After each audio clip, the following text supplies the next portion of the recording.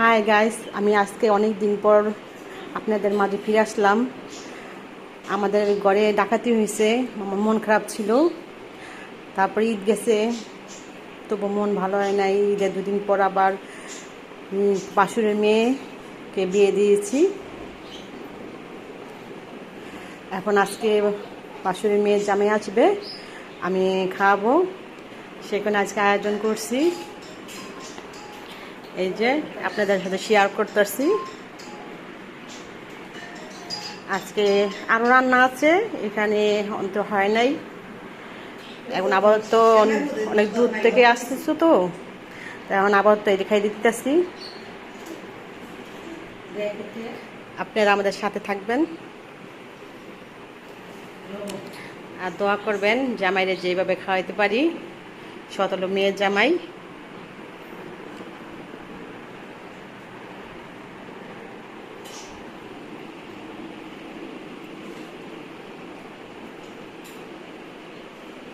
আসসালামু আলাইকুম, ভালো থাকবেন আপনারা।